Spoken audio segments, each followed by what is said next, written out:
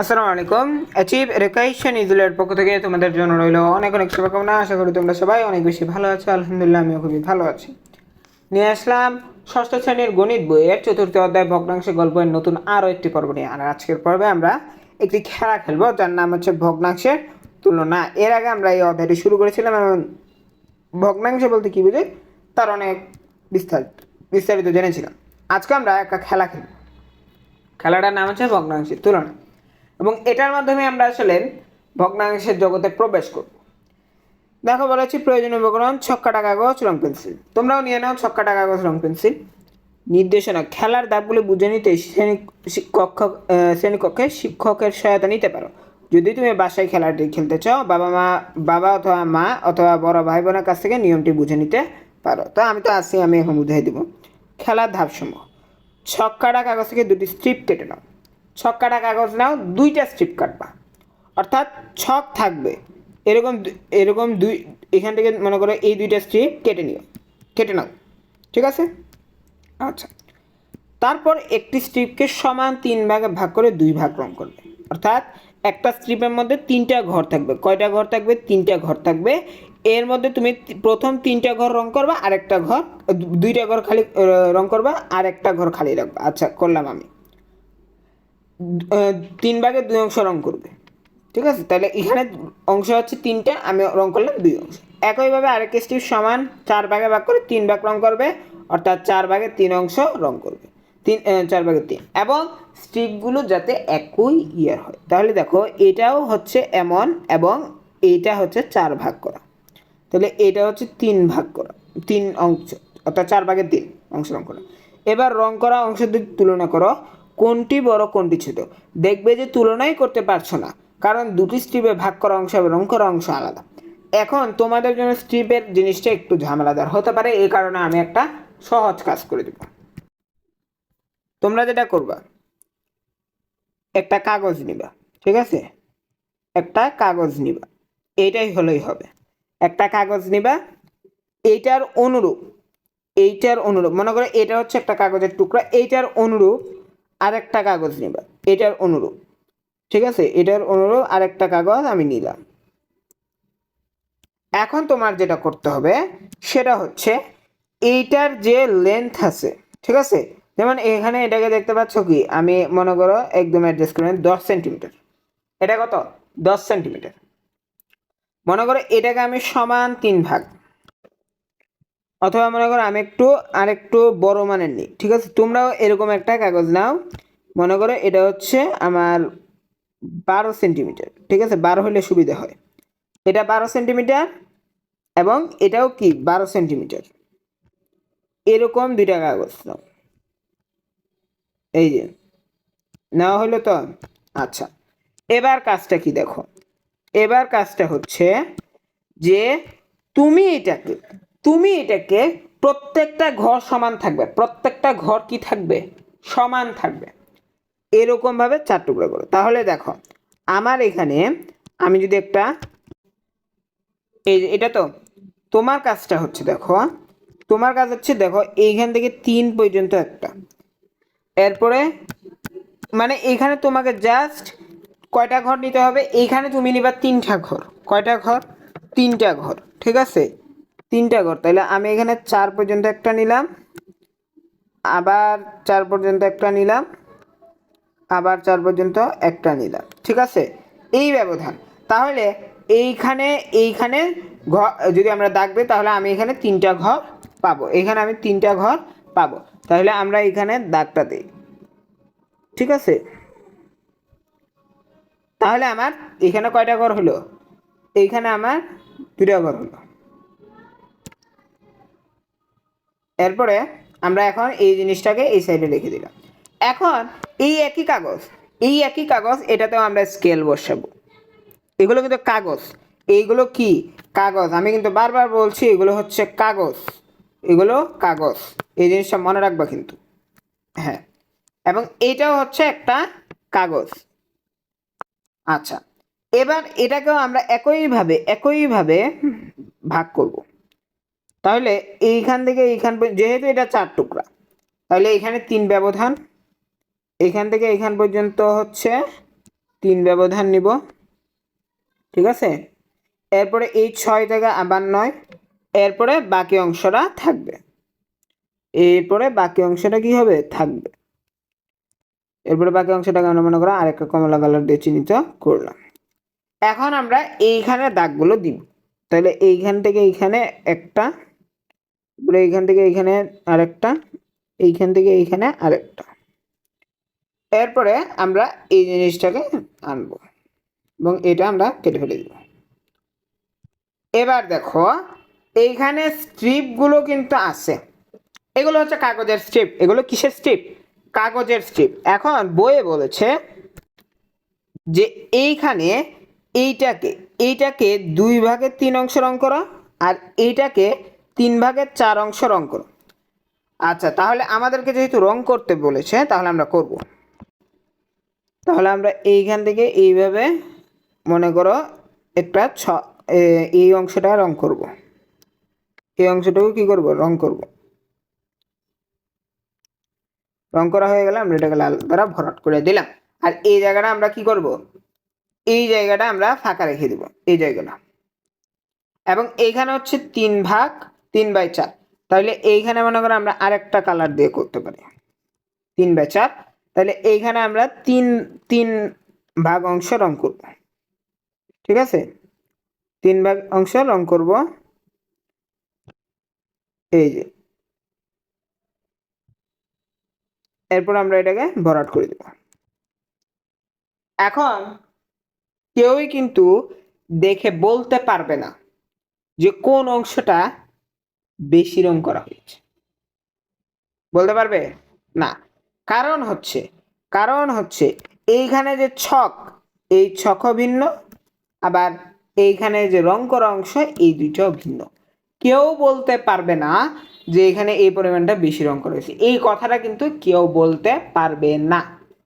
আচ্ছা, তাহলে আমরা কিভাবে বলবো? দেখো এখন বলেছি, দেখো এবার তাহলে সমান সাইজের দুটি আয়তাকার ছক আঁকো, ছক দুটিকে ছক্ক এবং ছক্ষ এই দুইটি নাম দাও। প্রয়োজন শিক্ষকের নির্দেশনা অনুসরণ করে এরপর ছক ককে লম্বাভাবে 3 ভাগ করে 2 ভাগ রং করবে, অর্থাৎ 3 ভাগের 2 অংশ। ছক্ষতে আড়াআড়িভাবে 4টে সমান ভাগ করে তার 3 ভাগ রং করবে 4 ভাগের 3 অংশ। আচ্ছা, এখন এইটা কিভাবে? এটা হচ্ছে দেখো আমাদেরকে যেটা করতে হবে সেটা হচ্ছে আমাদের এই জিনিসটা এটাই থাকুক, বাট আমরা এখানে আরো এরকমই ছক নিব, এরকমই নিব, আমরা এরকমই 2টা ছক নিব। তো আমরা এখানে মনে করো 2টা ছক নিলাম। এখন এই ছকগুলোকে একটু বড় করতে হবে, এই ছকগুলোকে কি করতে হবে একটু বড় করতে হবে, কারণ এগুলো একটু বড়ই লাগবে, আমাদের বড় লাগবে, ঠিক আছে। তো আমরা এটার একটা কপি নিলাম। আচ্ছা, এটাও আমরা বড় করে নিব, ঠিক আছে। আচ্ছা, এখন আমাদেরকে যেটা বলা হয়েছে সেটা হচ্ছে এখানে যে এখানে এই যে ছকটা প্রথম যেটা, এটার এরকম 2 ভাগের 3 অংশ আমাদের রং করতে হবে এবং ছক্ষতে এইভাবে আড়াআড়িভাবে 3 ভাগের 4 অংশ রং করতে হবে। আচ্ছা, করলাম। এরপরের দেবে ছক্কয়ের দাগগুলো সমান করে ছক্ষতে আঁকো, অর্থাৎ এই যে ছক্কয়ের দাগের সমান, এই সমান করে এইখানে নাও, নিয়ে এইখানেও আমাদের কি করে ছক্ষয়ের দাগগুলো সমান করে ছক্কতে আঁকো। পরের ছবি লক্ষ্য করো, অর্থাৎ এটার সমান করে এইখানেও নাও, আবার এটার সমান করে এইখানে নাও, ঠিক না? আচ্ছা, তোমরা পর্যবেক্ষণ করে যে দুটি ছকের ঘর সংখ্যা একই, উপরোক্ত চিত্রে ভাগ সংখ্যা হয়ে যাবে 12টি, নিচে হবে মোট ঘর সংখ্যাকে হর বলতে পারি এবং এই সংখ্যাটাকে ভগ্নাংশ হরের স্থানে লেখো। দেখো আমরা এইখানে এইটার যে পরিমাণ, এই পরিমাণ করে এইখানে ছক কাটলাম এবং এইটার যে পরিমাণ, এই পরিমাণ করে এইখানে আমরা ছক কাটলাম। তাহলে আমাদের যে ছক সংখ্যা সেটা এইখানেও 12টা, এইখানেও কি 12টা, কিন্তু আমরা এইখানেও কিন্তু 2টা রং করা, এইখানে কিন্তু 3টাই রং করা। এখানে দেখো আমরা আসলে ঘর 8টা রং করা পাচ্ছি এবং 4টা রং করা ছাড়া পাচ্ছি। এবং এখানে 9টা রং করা পাচ্ছি এবং 9টা এবং 3টা রং করা ছাড়া পাচ্ছি। এবার তোমরা তোমাদের রং করা অংশ গড় সংখ্যা গুণ বের করো। তোমরা গুণে যে সংখ্যাটা পাবে সেই সংখ্যাটাকে উপরে লেখো। যেমন নিচের ছবিতে ক ছকে রং করা অংশ 8টা এবং খ ছকে রং করা অংশ 9টি। এই সংখ্যা দুটি ভগ্নাংশ দুটির লব। এবার চিত্রের ছবির মতো করে লেখো। অর্থাৎ উপরে আমরা যেটা দিলাম এটা হচ্ছে এইখানে যে অংশগুলো রং করলাম এবং এইখানে নিচে যেটা দিলাম সেটা হচ্ছে লব। এই যে ভগ্নাংশ হরের স্থান অর্থাৎ 12টি, অর্থাৎ আমার ঘর সংখ্যা হচ্ছে 12টি, এখানেও 12টি এবং আমরা রং করলাম হচ্ছে 9টি, এটা দিলাম ছক্ষতে। দুটি ভগ্নাংশের ভাগ সংখ্যা হর একই, তাহলে শুধুমাত্র রং করা অংশ লব দেখে বলে দেওয়া যাচ্ছে কোন ভগ্নাংশটি বড় হবে। এখানে 9 8-এর থেকে বড়, সুতরাং 9/12 থেকে 8/12 হবে, বড় হবে। অর্থাৎ এখানেও 12টা ঘর, এখানে 12টা ঘর, তবে এখানে 9টা ঘর পূর্ণ করা, এখানে 8টা ঘর পূর্ণ করা, তাই এটা বড় হবে। এই 9 এটা বড় হবে। কোনটা বড় হবে? এটা বড় হবে, ঠিক না? হ্যাঁ। এরকম আরো কয়েকটা উদাহরণ অনুশীলন করো, তোমার কাজটি শিক্ষককে দেখিয়ে নাও। এখানে তোমরা কিভাবে করতে পারো আমি একটু বলে দিই। যেমন এইখানে আমরা 4টা ঘর নিলাম, এখানে আমরা 4টা ঘর নিব এবং এখানে আমরা 5টা ঘর নিব। 5টা ঘর নিয়ে এরপর আমরা করতে পারবো, ঠিক আছে? তো আমরা আশা করি এই জিনিসটা পারবো। এখন দেখো যে আমি মনে করো এরকম একটা তোমাদেরকে দেখিয়ে দিই, তাহলে তোমরা পারবা। মনে করো যে এটা তো আমরা যেটা করব যে এইখানে আমরা 4টা নিব। কয়টা নিব? 4টা। এখানে আমরা মনে করো 4টা নিব, এই যে 4টা। এখানে আমরা 4টা নিব এবং ওখানে আমরা 5টা নিব, ঠিক আছে? 5টা নিব, 5টা। এই যে এখানে আমরা কয়টা নিচ্ছি? 5টা নিচ্ছি। অর্থাৎ এইখানে আমাদের 5টা ঘর হবে এবং এইখানে আমরা দেখো একটা জিনিস আমি বলে দেই, এখানে আমরা 5টা ঘর নিচ্ছি, তাহলে এইখানে যেটা প্রথম যেটা আছে এখানে আমরা 5 ভাগের 3 অংশ রং করব এবং এটা যেটা এইখানেও আমরা তোমার দ্বিতীয় এইখানেও আমরা 4টা ঘর করব, 4টা ঘর করব এবং এইখানে আমরা 4 ভাগের 1 অংশ রং করব, 4 ভাগের 1 অংশ আমরা রং করব। তাহলে আমরা যদি এরকম আঁকি, তো দেখো এখানে আমরা 4 ভাগের 1 অংশ রং করছি এবং এখানে 5 ভাগের 1 অংশ রং করছি, কিন্তু আমরা কিন্তু কেউই বলতে পারবো না যে এইখানে আসলে কোন অংশটাকে বেশি রং করা হয়েছে, অর্থাৎ কোন অংশটার মধ্যে বেশি রং করা হয়েছে, কারণ এখানে ছক সংখ্যা এবং দুইটাই ভিন্ন, ঠিক না? এখন পারবো। কিভাবে পারবো? আমরা এখন এই জিনিসটাকে কপি করলাম। তোমরা তো কপি করবা না, তোমাদের তো কপি করা যাবে না। আমি এটা দেখাচ্ছি। মনে করো যে এটা পেস্ট করলাম, এই যে। এখন আমরা এইটার সমান করে এই বরাবর ছকা, সরি এইখানে আমরা একটা ভুল করছি, যে এটা আসলে এইভাবে হবে না। হ্যাঁ, এখন ঠিক আছে। তো আমরা এখন কি করব? আমরা এখন এইটার সমান করে এইখানে ঘর আঁকে চলবো এবং এইখানে এটার সমান করে এই বরাবর ঘর আঁকবো, এই বরাবর, ঠিক আছে? তাহলে আমরা এখন আঁকি। দেখো আমি কি করলাম, এটা ছিল এমন, আমি এটাকে এমন করলাম কিভাবে? এইখানে এইটার যে ব্যবধান, এই ব্যবধান হিসেব করে আমি এখানে ঘর করছি। কোন ব্যবধান?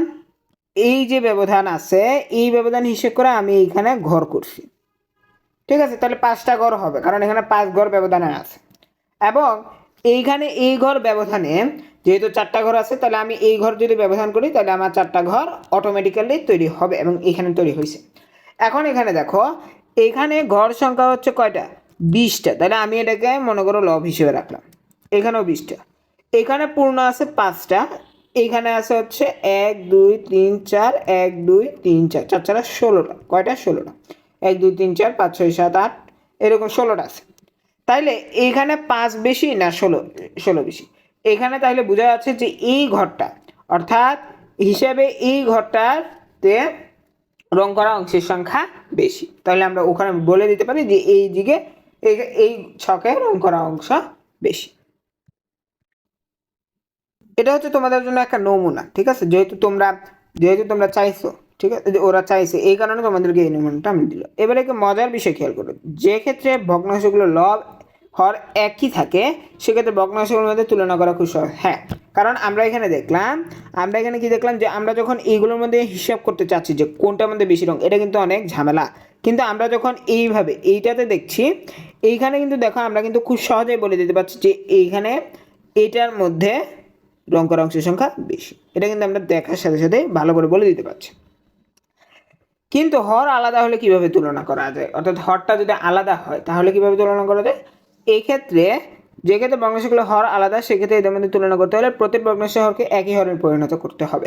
এখন দেখো এইখানে কিন্তু আমাদের 4/1 আর এইখানে হচ্ছে